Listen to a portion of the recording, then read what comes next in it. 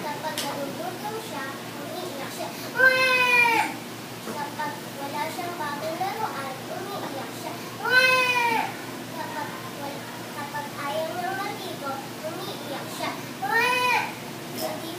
Hindi alam ng mga magulang niya na hindi totoo ang kanyang mga luha. Isang gabi, gusto ni si Kuya na maglaro sa gubat, pero hindi siya pinayagan ng kanyang magulang. Kaya siya umiyak. Mwah! Habang nakita ng diwata ng luha, sisibuyan at nagalit sa kanya.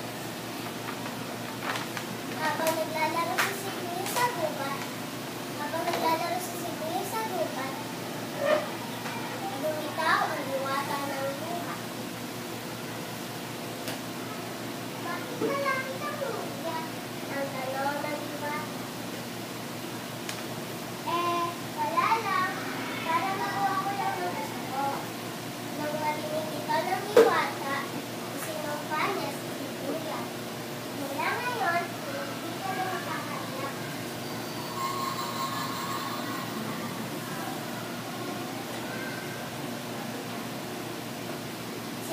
Kinabukasan, sinubukan ni Sibuya na umiyak. Mwah! Pero kahit isang mukhang walang tumulo. Sa mga sumunod na araw, napansin ni Sibuya na may ugat na siya sa paa at tumataba na rin siya. Lahat ng mga tao sa bahay niya ay hinanap siya. Nung dumating ang kanyang mga magulang,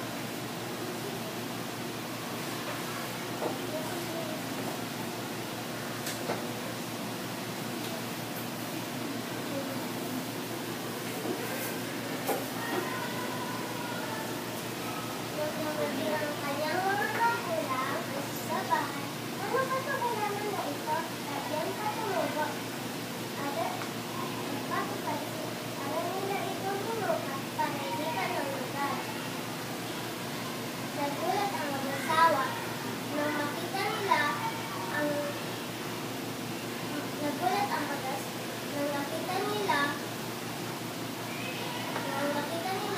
ang hinugang bunga ng halaman na may tapis na pula, kagaya ng paboritong malong o sibuyan. Mula noon, hindi na nila nakita si sibuyan. Habang nagliliwanag